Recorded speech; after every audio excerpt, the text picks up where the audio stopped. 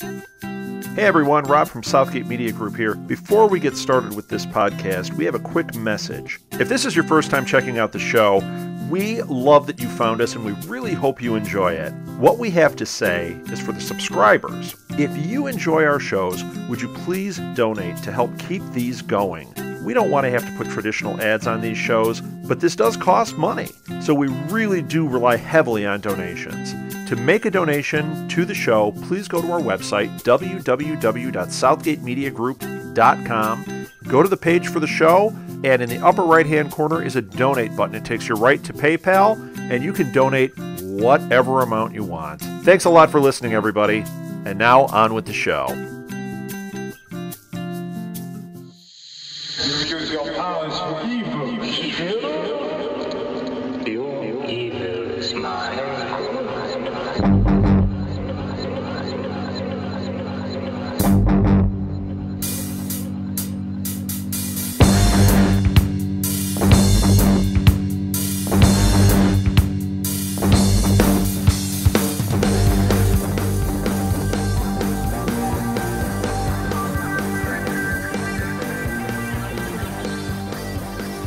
Hello, and welcome to a bonus episode of Next Stop Everywhere. That's right, just when you thought, hey, there's not a new episode, and we're not talking old episodes, why are Jesse and Charles in my feeder? Hey, Charles, how you doing today? I'm good, Jesse. How are you? I am ecstatic. So here's what we've got. A couple of months ago, I was lucky enough to be involved with Comicpalooza, which is a convention held in Houston, Texas, over Memorial Day weekend, and I was able to interview Paul McGann. So the recording is not the best, but it does. It's a little handheld recorder I had on the table. I tried to repeat the question so everyone could hear. But you listeners will at least get to hear Paul McGann talk a little bit and answer some fan questions. Now, we all know who Paul is, right, Charles? Yes, we do. He is one of my favorite doctors, a very underrated doctor, the Eighth Doctor. And he only got to do the 1996 TV movie, and then we didn't get to see him again on screen until just last year with the Night of the Doctor mini episode that was part of the Doctor Who's 50th anniversary. But in the meantime, he's been doing some superb audio adventures of the Eighth Doctor for Big Finish Productions, and they've included some great companions, including Charlie, Kira's, Lucy Miller, Tamsin, and now Molly. So there's some great companions there, and they were actually so good that Stephen Moffat was kind enough to actually incorporate them through the Night of the Doctor into actual canon. So therefore, those audios actually count as part of Doctor Who lore, so which is great. Charles, in the interview, he talks about doing the show for the 50th anniversary. He talks about a little bit of why he wasn't able to do the five-ish Doctors. Mm-hmm. And he also talks about the companions and has a really insightful discussion about doing the audio dramas helped him that when he stepped into the Doctor role again, it wasn't that it had been, 10 or 15 years, however long it had been. It felt like he had just been doing it. So I hope everyone enjoys the interview. Please, as always, give us feedback and let us know. Charles and I both attend conventions, and we are working on getting more Doctor Who stuff. So, Charles, I think we should play the interview. What do you think? I think we should, because I haven't heard the interview, so I'm really looking forward to it, because Paul, like I said, Paul's one of my favorite doctors. So anything with him is great by me. All right, so here you go. the 8th Doctor at Comicpalooza.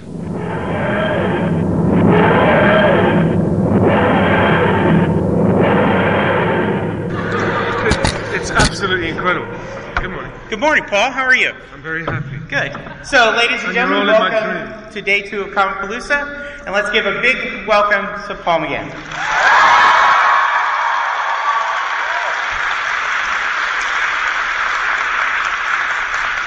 So, I am your moderator, Jesse Jackson, JWJ170104 on Twitter, because I'm desperate for Twitter followers. Paul, I want to start out with, you teased something wonderful yesterday, but I'm going to wait a little bit for this. Come on, carry on. Okay. Because you're all in my dream, but I want to remember.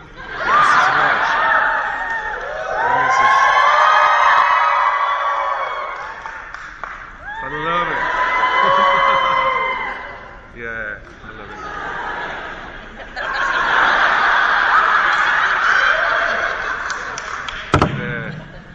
Yeah. Anyway. So you and I are contemporaries as far as age-wise. I grew up loving, here in the States, I loved comic books and Star Trek. What did you grow up as a boy? What did you love to read and watch? I have to say, I came late, I guess, to it feels like, to particularly the science fiction party. Though we all watched Doctor Who, we had just 3 TV channels we grew up with in England. And Same thing in the U.S. Yeah, really? Yeah. Oh, I always assume you've always had 40, 50, Yeah, 60. no. And one of them was very fuzzy, and you had to move the rabbit ears, which half the people don't know what rabbit ears means. Yeah. Our first TV had a magnifying screen in front of it. It was just this big. Yeah. Sounds like that Monty Python sketch now, doesn't it? Yeah. We lived under a hole in the motorway. No, but so I mean, in England, you couldn't really, Doctor Who particularly, you couldn't escape it. It was scheduled for when you came home from school. Everybody saw it.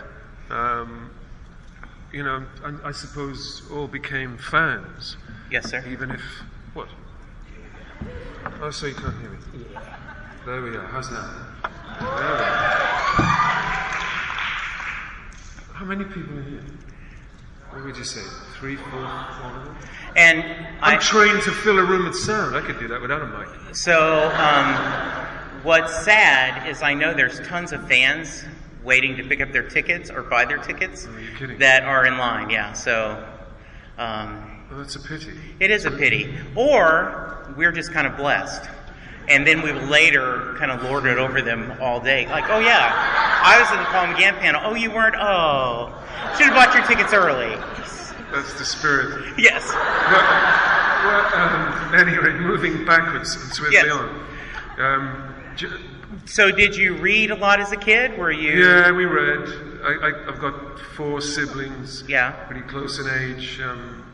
We tended to share everything. Okay. Anyway, and books is one of them. Okay. And comic books too, yeah. Yeah. It's important to a kid, isn't it? It is. But the other day when we first arrived, Colin Baker and I went to the Johnson Space Center. We were shown around. It was thrilling. My inner 10-year-old child will never, ever forget this day. It was fantastic. Yeah. And particularly, because we were those kids. Right. We were the moonshot kids. Yeah. And probably a lot of you have already been there, but part of the trip is that you get to sit and look around, the old Apollo mission control. Right. So I had to sit in the flight director's seat. Absolutely. Pick up the red phone. But it reminded me. It took me straight back. So for us kids growing up in the '60s, your imagination was infinite.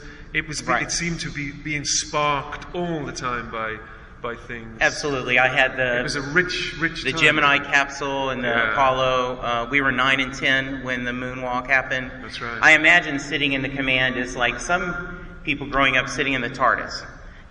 To them, it was just amazing. I bet. It was a great time. 2 of my siblings became scientists on the strength of it. Wow. Yeah. That's what children are like. You get them along the way with something, and just watch them go. Very nice. Yeah. So, speaking of, there's only been 12 men who've walked on the moon. This was not a planned transition. And for a time, there were fewer men who'd been the Doctor that actually had walked on the moon. So it's a very elite company. So you must be thrilled that you're part of that group. Well, I am now. I didn't know that. Yeah. I am now. Well, research. Like the guy we met, there's an astronaut here called Mike Finker, and it was this guy that showed us around the other day. And this guy's he's spent more time now on the space station, and therefore more hours in space than any living American. So yeah. I love that. Oh, that's very cool. I'm still hugely impressed by that kind of thing, and the ingenuity of people. Mm-hmm. It will never wear off, I don't think. No. And that's important. It is. And coming to things like this, one is constantly reminded. And often watching, like meeting a grown person and watching the years just slip away, as you're suddenly talking to a child again. Yes. I love that. This is the spirit of it. And that's what I love most. It is so wonderful when at conventions you get a chance to meet your childhood heroes, and 99% of the time they are better than you even thought. And that's just a wonderful gift they give us. They say you should never meet your heroes. Yeah. This is all. Well, I am too. Yeah, you can understand that. Yeah, you can. Particularly your musical heroes, they might let you down. Right. Do you have what's your musical hero? And then I'll get to Doctor Who, I promise. Well, there's many. John Lennon is my hero. Yeah. But he was. Well, let's not get sidetracked. But he was a proper hero. He was flawed and weird and brilliant and human. Right. And inspired.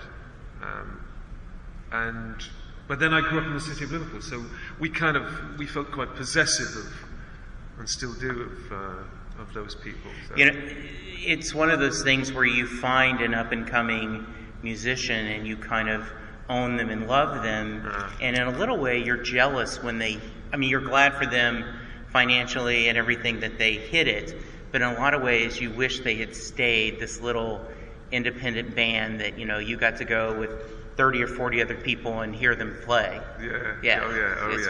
I know that feeling. I'm suddenly 16 again now with LPs under my arm. Yeah. They don't know what that means anymore. No, they don't. It's children.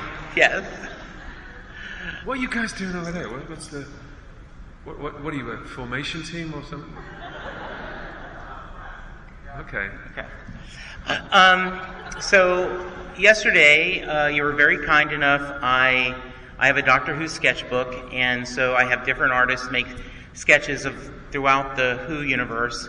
And my good friend Tom did a sketch of you, and you signed it. And I talked about that the 50th anniversary, the the prequel episode you're in. I was lucky that I wasn't spoiled.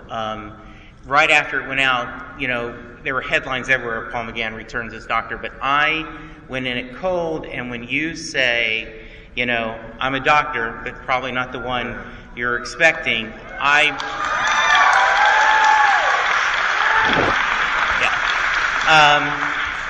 a friend of mine crocheted that for me. So I figured we needed props. What time of day did it go out here, that episode? It was in the morning. It was in the morning? Yeah, it was in the morning. I'm alone in my computer room, and I pump my fist in the air when they see you. So luckily my wife had already left, or else she would have said, you're weird again. You're weird. It was actually on my birthday. Oh, really? Yeah. And Stephen Moffat...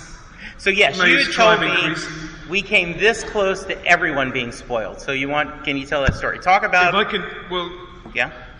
Hold that thought. I'll advance. I'm going to try and find this text that Moffat sent to me on this day. Well, because I thought it was amazing. There was no press at all about any of the previous Doctors returning. We all knew that David and Matt were going to be in it, but... nothing else. Yeah, I found it. Okay, go ahead. Yeah, this is a text. This is November 14th at 11 a.m. I was in a radio studio. It says, "Happy birthday, Doctor. It's Stephen Moffat from Doctor Who here." I said, what other Stephen Moffats are going to quit? With a birthday surprise. The prequel is being released any second. Well, within the hour. I had to bring it forward because the story is threatening to break. Hopefully this way it'll still be a lovely surprise. Brace yourself, number 8. And huge apologies for its being so sudden. There we go, that's from Moffat. And so... And I remember feeling that my reaction, I was excited, and I was surprised. Of course, it should have gone out 10 days later, or whatever it was, on the anniversary night, with everything else.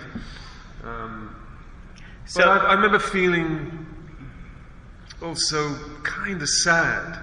Right. That it was that his hand had been forced. Right. You know, we're living in a world now, with spoilers and the like. Is now sort of, it's the norm, it's part of it. Newspapers want them, people... I don't understand the spirit of it particularly. I would never do it myself.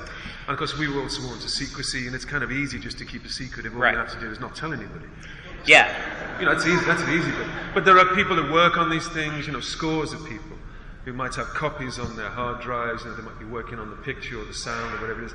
And it only, the transfers of things, so it only needs one person to break it. I remember a couple of days before the 14th, I was tweeted a couple of lines of dialogue from the thing, and they were deadly accurate.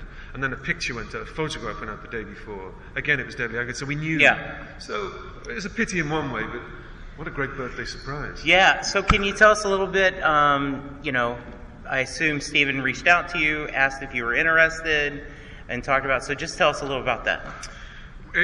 It all happened really quickly. Me and the boy band, that is the Four Doctors, we're on the old man band. We were on stage. We were in Australia, I think in whenever it was, 4 or 5 weeks before, and I was contacted by email, and it was Moffat, and Moffat said, well, in principle, if this happens,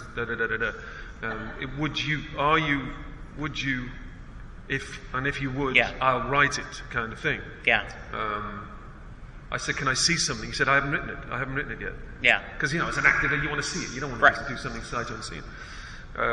He said, I ain't written it. You say yes, I'll write it. And that's how it happened. Wow. But I was then, from that moment, I was sworn to secrecy. I couldn't even tell the other guys that I was... this is how it is. This is where it begins. Yeah. And of course, all that. Paradoxically, we were doing this.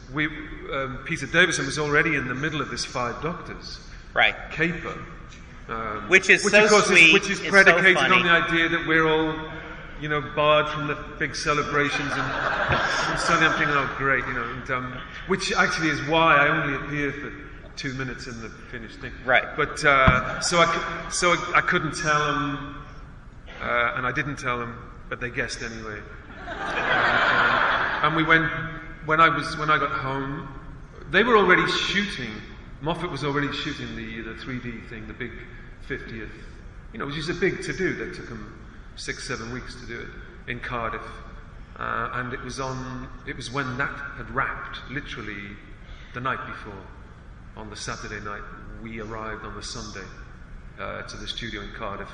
And shot for a day. That was it. That's how we made it. In a corner of they constructed a set. A couple of the crew hung around, and we made this thing. And it was quick. And I could be wrong, but it seemed as if Moffat had put it together on the Sunday. Yeah. It was only 6 minutes. Yeah. But really. But it's such a powerful 6 minutes. I'm not a writer, but I can see that that's very skillful. And to achieve that much in 6 minutes. Yeah. It's an eternity. Bring me knitting. Yeah. But you know what I mean? Like look at what he does in 6 minutes. He manages to achieve in 6 minutes. He's first of all he springs a surprise. Then he manages to kind of reconcile a couple of the old narrative lines and pose a few new questions. There's even a sort of a hiatus in the middle where we might get bored. Yeah. It's very skillful. Yeah. Then he brings back somebody from the old thing. There's a regeneration, of course, towards the end. All in 6 minutes. Yeah. That's clever. And it truly brings back the post the pre-era with the new era. I mean, you bridge that in such a beautiful way. I think so too. And I have to say, I didn't, because it all happened very quickly, and we made it very quickly. Particularly those where the Doctor invokes the names of the old the from Big your Finish, audio, the audio. They're not called assistants. The companions, right? I'm jet lagged. And, yes. The import of which didn't quite strike me at the time. Right. It was only when I was on the way home I thought, oh wow, that's an endorsement. Yeah, he just. What did they say? No, that's canon. Yeah, that's it's canon now canon now. All that made it, and which was cool. It was very cool, and you got to say, "I'm a Time Lord, but I'm one of the nice ones," which was a great line. Yeah. And I didn't have to wear a wig. Yes, but I loved the new how you looked. It was close enough that you could see the persona and some of the costume of the movie, but you could see how it adapted and how, if we had had the chance to see more televised stories from the Eighth Doctor, what it would be. It was it looked. amazing. I agree, and it looked conceivably. It was something you could fight in, work in. Yes. It looked practical. It looked like a working costume. Yeah. But it had enough of the old look. Right. And it was very clever, just dead on. Again, I'd had little choice in that. It was there when I got there. Mm-hmm. That's how it is. But I thought it looked great. Yeah. Do you have a doctor? Who's your doctor? My favourite's the first one. Yeah. Because he was mad. Yeah. Bill I Hartnell. understand. Yeah. Bill Hartnell. Yeah. Absolutely. I loved Bill Hartnell. And so as kids, in the 60s, he had that gravitas. He had that. There was a strength about him. Weirdly, I'm older than he was then. I'm older now than he was then. I can't still. Anyway, let's not get into that. I understand. But, we do want to take fan questions. There's a microphone over there, and so we want to take questions. Yeah, you do some of the work. Go ahead and line up. Yes. You want to talk a little bit about the Big Finish? How did you decide to start doing the audio adventures? Talk a little about them. Yeah. Well, while they're queuing. The Big Finish happened, I think now it's been over 10 years, 11 years, and when I was first invited to do them, I jumped at the chance. I like radio drama. Right. Anyway, and there's still an enduring tradition in Britain anyway of radio drama. We still do it. And I expected there would still be that here, because this is where it really started. Yes. But there's not so much of a tradition here, and I wish there were. Yeah. And it's my fervent hope that things like the Big Finish in these audio dramas, reinstills, a love of this kind of thing, because one of the gratifying things since the anniversary is that, conventions like these, is more and more, particularly young people are coming up and saying, I've got into the penny's dropped, I've got into these audio dramas, I'm buying them, word of mouth has meaning that they're spreading. I never thought of listening to a radio play before, but I can put it on in the car now, which is great, And you have the imagination in your mind, you're seeing it. That's it, yeah. It's as infinite as you can imagine. You Yeah. don't have to pay for that, right. In special effects. Yeah. And of course, the Eighth Doctor, by and large, lives on audio. So, right. I'm very grateful for it. Yeah. Anyway. Okay, come on. Do your worst. As an actor, did you find any similarities between the Doctor character when you were researching it as an actor and the character in Marvel, which are obviously so different? But did you draw from any similar experiences with the two characters? Not consciously, but I think, and this is pretty general, but it applies to me. When I work as an actor, I'm talented I am or whatever it is, but I've always tried to. If there's only one rule of thumb, it's that whatever the character is, you're going to have to tell the story anyway, whatever the script is. But in a sense, it works best when you meet these characters kind of halfway with characteristics of your own that will just going to make it natural. I can't think of any other way of describing it. I suppose if I could, I'd be a teacher rather than an actor. Sort of thing. But so, in answer to your question, I'm sure that there are elements of probably of all. I've probably only ever played one character for 30 years. Just with a different neon. Just with yeah. And different wigs on than that. Okay. Shades. So yeah. Very nice. Hello. Good morning. Is it still morning? Yeah. I have a question from Misha yesterday. I want to ask. Oh yeah. Okay. We talked about it yesterday. Yes. She wanted to know just exactly how you felt about the anti-verse arc with the monthly audios. I can't hear you, sorry. Oh, I'm sorry. About the anti-verse arc with the monthly audios. How did you feel about that? I don't understand the question. Oh, I'm sorry. She wrote about the anti-verse arcs.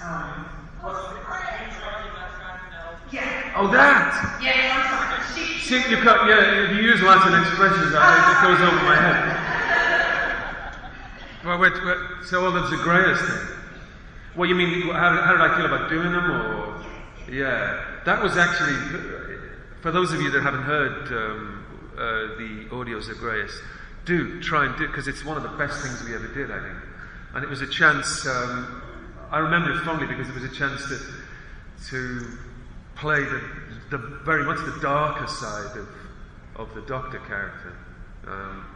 Again, I probably sound like every actor you've ever heard. You know, the darker side is more fun to play anyway, whatever you're playing. But that was a real opportunity, you know, to play kind of, you know, two sides of the coin. I just really remember that fondly. And it's one of the best things we ever did, I think. And I'd love to go back and do some more of that. And what's the name of it? What's Zagreus. The Zagreus, yeah, okay. Zagreus, yeah. Zagreus lives inside your head. Ah. But we all know that, don't we? Yeah. I wake up feeling like that. Go ahead. Pheasant. Oh, thank you. Just want to ask you, so, well, can I get closer? All right. So, one thing I want to ask you, or actually comment on, was when they did the 1996 movie that was sold to Fox, the understanding I had was there was originally going to be a reboot show on US, correct? It was. That I don't know. Oh, okay. Well, that's what I heard. But the thing I want to ask about is, you know, in the movie, you find out that the Doctor is half human, and that only in humans' eyes can open the eye harmony. And so my question was, I don't know if you can answer this, but were they planning on intriguing? Were they ever planning on expanding on that, or did they expand on that? So, and I'll expand. You know, the understanding is this was a kind of a combination movie pilot, and that if it had gone, they were going to talk about doing a series.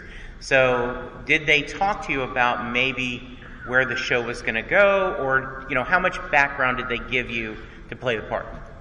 We talked, this is Phil Siegel particularly, who was almost solely responsible, his energy for getting this thing, the pilot made, and potentially the series that would have followed made. So Phil and I spent a few weeks,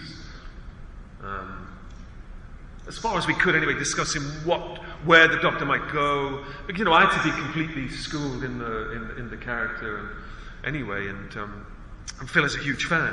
Mm-hmm. And elements of the story, such as that one.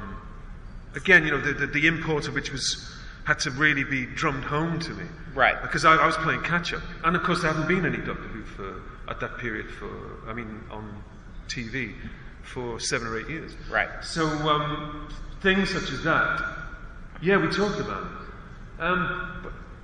But in a way that I suppose is more in hope than expectation. When you make a pilot, and that was a pilot, strictly right. a pilot, you know, I had to sign a 6-year contract, a pre-contract, as everybody did. And we were able to discuss, okay, if it happens, this is what we'll do. But it was in the spirit, you know, that was mainly because the pilot had to be just so. You know, elements, particularly iconic elements, had to be there. It's a little like a driving test. You know, you never drive like that again. But they have to test you somehow. You know what I mean? Right. It's like that.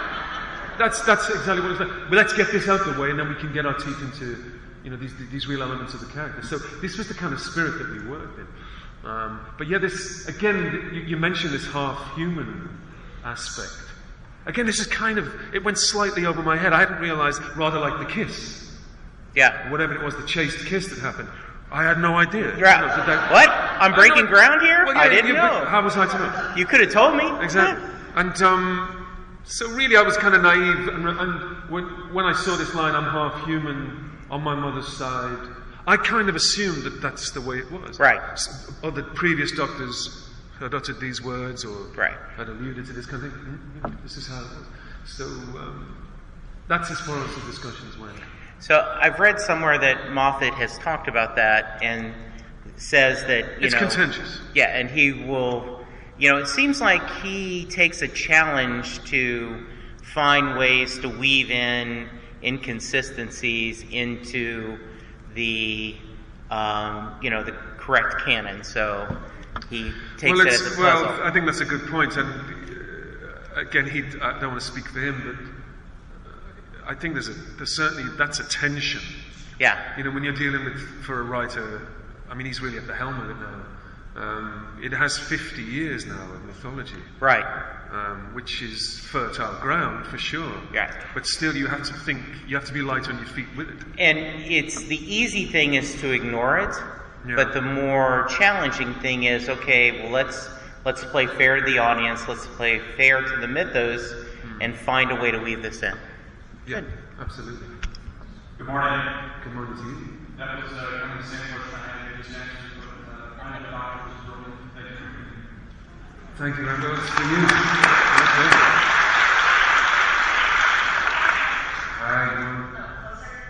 That's fine. I can do it. I don't know if I'm sure you're aware of it by now, but after my doctor was released and everybody got to see how awesome it was, there was at least one petition that went around that trying to get enough signatures to convince the BBC to bring you back. It's kind of a set-off series. And I was just wondering if, I signed it.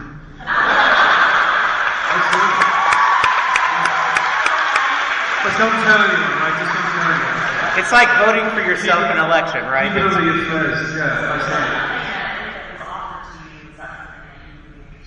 Yeah, of course I would. Of course I would. And I guess should anything like that ever happen again, I can only assume that it would happen the way it happened last year. There'd be a call. Can you start on Monday? This is how it is. That's how it would happen. I don't expect that there would be any preliminaries. That's how it would be. And Paul, this time you'll know. Okay, they're not going to have a script ready. It's just blind faith. Yes, turn up and do it. Yeah. I'll do it. Okay. Yeah, we still got the coat hanging up in the wardrobe. That's how it would be. Just come back and do it. But the thing is, I'm warmed up now. I feel right there. You are. But I mean, I could do it now. Yeah. And when we got to shoot at Cardiff on the night of the Doctor, I was glad for the audios. I was glad that I'd kept my hand in, so to speak, because I felt that I knew. Mostly, I knew what I was doing. Because you can imagine I'll take us on a side road, then bring it back. I'm a big Bruce Springsteen fan, and he tends to do a lot of songs from deep from his catalog. And so he did over 300 songs in this last tour. And so he has a teleprompter to remind him of lyrics. Yeah. So I can imagine from the time of the movie, if you'd not done the audio, trying to get back into that skin, that role, how much tougher it would have been. In one day.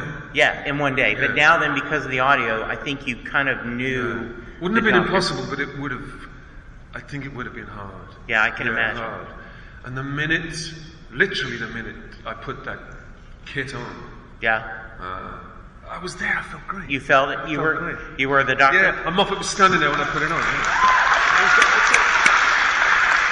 I even caught him during the lunch break with the jacket on, saying to someone, "Take my picture. Take my picture." Yes. Very nice. Yeah. Next. Hi, Paul. Sorry, nervous. I just wanted to ask. You should try coming up here. Okay. Other than your own companions, who from the other Doctor companions would you have loved to travel with? And also,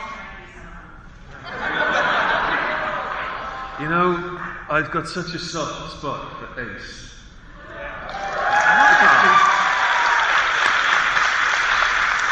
I think she's cool, and she's also a lovely woman, and a good friend. Yeah, it would be Ace, I think it would. And you know, this might go over your heads, but when in England, when I was a young teen, you know, during the first wave of the skinhead fashion, the first skinheads in England were all heavily into Jamaican music, and it was a big, you know, that was the thing. It was the music. I've always loved music, and we were little skinheads. You know, you wear the coat, the Crombie overcoat, the Levi State Press, the Dr. Martens, and the proper shirts with the. You look fantastic,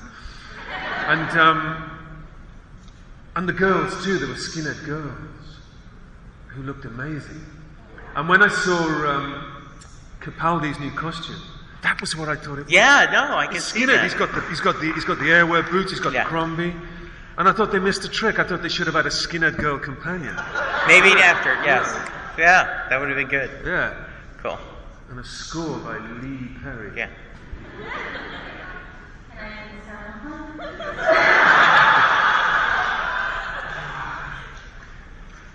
Approach the bench. How do you plead? Yeah, get out. No, how nervous are you now? Look. Very.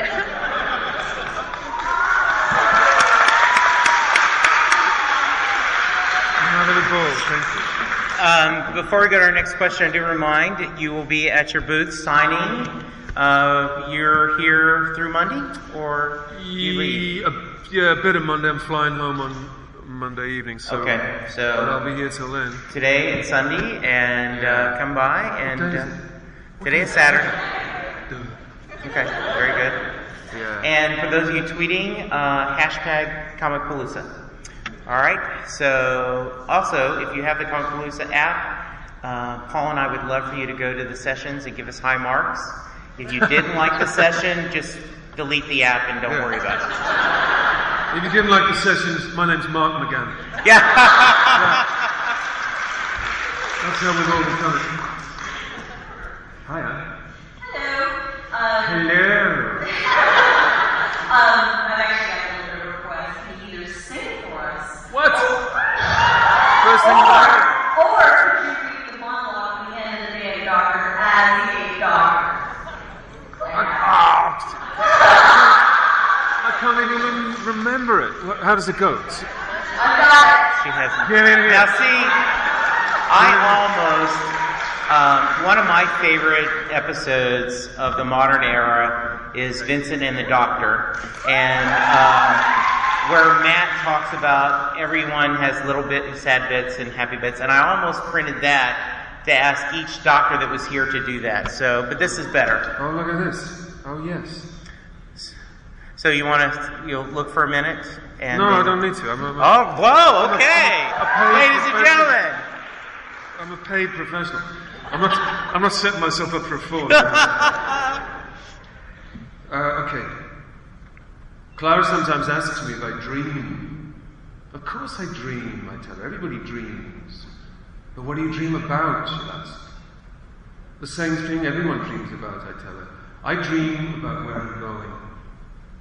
She always laughs at that. But you're not going anywhere, you're just wandering about. That's not true. Not anymore. I have a new destination. My journey is the same as yours. The same as anyone's. It's taken me so many years, so many lifetimes. But at last I know where I'm going. Where I've always been going. Home. The long way round.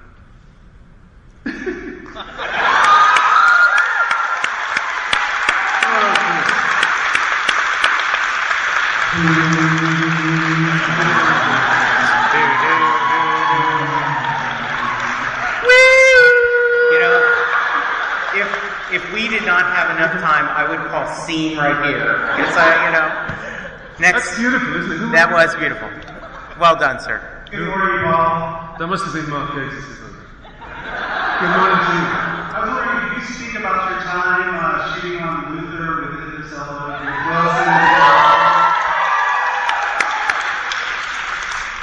just remember being nervous. Because Idris, bless him, what an actor, and what a man. But Idris, when he works anyway, he takes it deeply seriously, a bit too seriously for me. Or more seriously than I do anyway. And if whatever the requisite mood is in the script, he'll arrive in that mood. So there was I played Idris Elba's love rival. You know, it's ridiculous. But there was a scene in it where he had to find me, beat the shit out of him, and the thing, and he arrived like that, looking for me. He got out of the car and he was looking for me, and I knew what he wanted to do, so I had to hide. I went from my trailer, they took the name off someone else's trailer, I was hiding in there, and I could hear his voice, Paul, where are you? I knew he was coming for me. And so when we didn't even rehearse the scene. When we got to it, they just sort of threw me in. And I took my chances, and I remember, because he's big, Idris, and I'm small, and he was like, I was just like a piece of paper. Then he just kind of did that and threw me on the top of a car. But I lived. No, he's a great actor, I think. But I was deeply nervous. I'm glad I escaped. I hear they're making a movie of that as well. I'm a little bit jealous. I wish I were in it. Yeah. I don't know. Anyway, there we are. Hi. Hello. I really like everything you've done with Dr. Who, but I was actually introduced to you through Horatio Hornblower. Oh, wow. Well, that's been a while. Yeah. I was wondering if you could maybe briefly talk about your experience on there. What's the difference between sailing in tall ship and sailing in TARDIS? Ooh, great question. That's a good question. I have to say, I hope all of you are familiar with the Hornblower series. For those that are not, then we apologise. But that was actually the first and only time I was ever under sail. I've never been, although all my family went to sea, I've never been to sea. And these boats that we shot the different series in, these sailing ships, of course, they were modified and fitted with engines, and on any working day you'd sail out to the horizon and then they'd switch the engine off and then put the sails out. And I remember I wasn't the only one. There was a small gang of us just cried our eyes out. It's a beautiful thing. I mean, I'm sure there were sailors in the room. But when it first happens, it's breathtaking and it's silent. You're moving with the wind. It's just the most beautiful thing. Anyway, I was on 3 of those. We went to the Black Sea to shoot one of them. Spain for one, and then we shot in Cornwall, and it was a hoot. But it's been now 10, 12 years since we shot any, for the simple reason we can't get our star actor home from Los Angeles. Johan Griffiths, he's given in to stardom. I wish we could, because we're all getting a little bit old now, and we have 2 novels that we never shot. In one of the stories, my character, Lieutenant Bush, loses a leg and gets married in the same episode. You know what I mean? I want to do it. Hello, yeah. If they don't do it, I might just go and shoot it on my own. There you go. Do my little spin-off. No, I missed it. But there you go. Hold up a minute. I want to make sure we get to the questions, but also, what do you have coming up? Is there anything that you want to promote? Anything that you've got coming up? I'm at a stage of something where if I tell you, I have to kill you all. Okay, fair enough. So, okay. So I need to be sworn to secrecy. We'll talk after. You'll understand all about being sworn to secrecy. Yes. I'm very curious because of my background. I'm a drama student here in Houston, and so I was interested. Do you have a specific method or study backing that you use in your profession? For instance, I've been studying Stanford Meister for the past 2 years. I'm aware of it. I was wondering if you had your own. I went to a stage school, an English stage school, RADA in London, 35 years ago now. So I guess things are different now, but I'm certainly a product of perhaps a kind of old-fashioned way now, particularly in Britain. Well, probably unique to Britain. We're only stage trained. We never trained for TV, film, or anything else. We got a classical stage training, and then they just threw you into other things. nowadays, because this also predated, lightweight cameras, any of the kind of gear that would enable you to run classes, film classes. I remember we had a sound studio and one language lab, that was it. But it was strictly a stage training. It was a 2-year, kind of partly intellectual, I guess, stage training, which was loosely Stanislavski based, but not so as you'd notice, really. Very English, I think. So Paul, in your studies, was there, or in your career, is there any one specific trait or tool in your acting toolbox that you've really used a lot, that you've found quite it was really, again, for my generation anyway, it was particularly impressed on us that it's a craft. It is a craft, there's techniques. It's stagecraft, like I say, for us it was solely a stage training. And these are things you can practically learn. Talent's one thing, we've all got talent to different degrees, but the craft can be learned and assimilated. And even now, I've just finished a run of a play in London now. And every time, it's like, I'm sure we all experience the same thing. Every now and again, even sometimes 30 years later, you'll remember something from school. You think, oh wow, that's why they said that. This is why I was taught that. I still have these experiences from the stage training. In a sense, you live and learn. You never ever really understand the whole thing. And for us, I think it's a company-based thing. We were taught and exhorted to get on with a company, to work with technicians. This is how we were trained. And it's, like I say, it's probably a peculiarly English training. I know even in Ireland they don't train like that. But we all wanted to be movie stars. I remember being sat in the common room of RADA, whenever it was, 1979 or whatever it was. And there's now guys who are now stars, Ken Branagh and Mark Rylance, great actors, great stage actors. And I can distinctly remember one rainy afternoon we were sat in this place and we were having this conversation. Did you go to theatre as a kid? And did your parents take you to shows? And most of us didn't. We were working class kids. It was movies. We came up through movies. So paradoxically, we wanted to be movie stars, but we couldn't train to be movie stars. We had to go and train to be stage actors. And I remember Branagh saying, I don't want to be on the stage, I want to be a movie star, I want to be Jack Nicholson, whatever, and Rylance would say the same thing. I'm just amused to remember it. But it was the truth nevertheless. I'm of the age where really what got me about it, I didn't want to be an actor initially. I was in sport. I was a track and field athlete. That was my dream. I wanted to be in sport. But I fell away, and sport's tough. It's tougher than show business. But when I was 12, 13, 14, I was lucky. You'll remember the same. It was a golden age. Probably the last right. Golden age, particularly for Hollywood, the Hollywood independent era. And for us kids then, who were trying to break in the back of cinemas in England and see any film that was on that had an X, as you do, and see anything. And I remember seeing Last Detail, Clute, right, The Last Picture Show.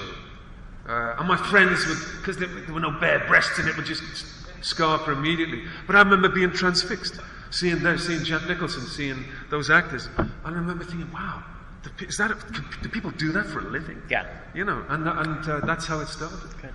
That's how it started. We have time for 2 more questions. Oh, sorry, I'm yes, we're sorry. Hello.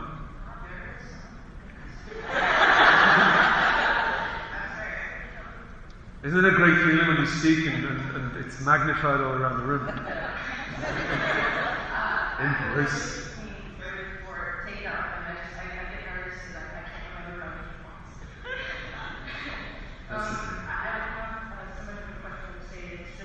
Yesterday, I was fortunate enough to meet you, and you were just a very polite and the interaction meant so much to me because you were actually my first doctor.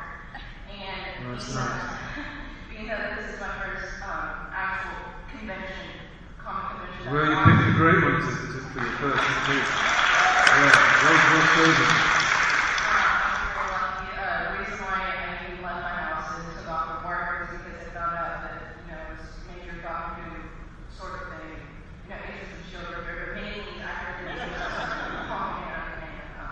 very sweet of you. So, I love my house. I actually, there was just so much to do yesterday. I was wondering if you were doing photo ops later on today. I believe I am. Let me tell you. Exactly.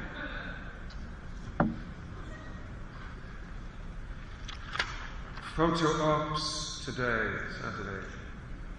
Yep, 3:30. In fact, no, 3:10. There's one with the boy band. And then we stay in the room, and I do my individual ones at 3:30. Okay. So come by. Okay, thank you so much for coming. The pleasure's all mine, let me tell you. And also, I just wanted to point out the fact that I have this wonderful talent for being able to capture kids in their real life. Okay, you can teach me that later. All right, final question. The pressure's on. Make it a great one. Okay, I was... Wow, you gave me a mic, it's great. What's the secret? I was wondering that if you could go back and be the writer for any of the stuff you've done for Doctor Who, whether the audio or the movie or the little minisode you were in, and you could change something that the writers put in, what would you change? Well, like I said, I was describing before when we shot the pilot. And hindsight's a beautiful thing, of course, because now we know, of course, the pilot failed. I would go back and perhaps modify some of those things. Perhaps some of that, it wasn't filler, it all needed to be there, but as I was describing before, I think we were too weighed down by having to place certain iconic things in there. I think probably slightly at the expense of the momentum and the story and everything else. That certainly I would change. I would change that much, definitely. But then again, it was a difficult trick to pull off.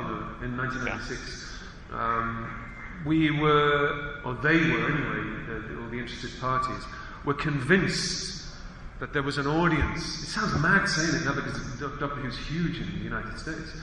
But they were convinced, but they weren't sure that there was an audience in the United States for Doctor Who. So while I indicated that audience, or putatively that audience, that may not have been there, they also didn't want to put the noses out of joint of the people back home who'd already were following the thing for 30 odd years. So it was a difficult thing to pull on, anyway. But I'd go back and change it nevertheless. And I'd make the kiss longer. So I'm getting the signal that we need to cut off. What a shame. Yes. So Paul, thank you so much for being here. Thank you all so much. Thank you for answering your questions. Where can we find you? Social media, or do you have a webpage? Social media, yeah, you can Twitter me. Okay. And again, that's me. Oh, very nice. Thank you, sir. Thank you. Have a good day.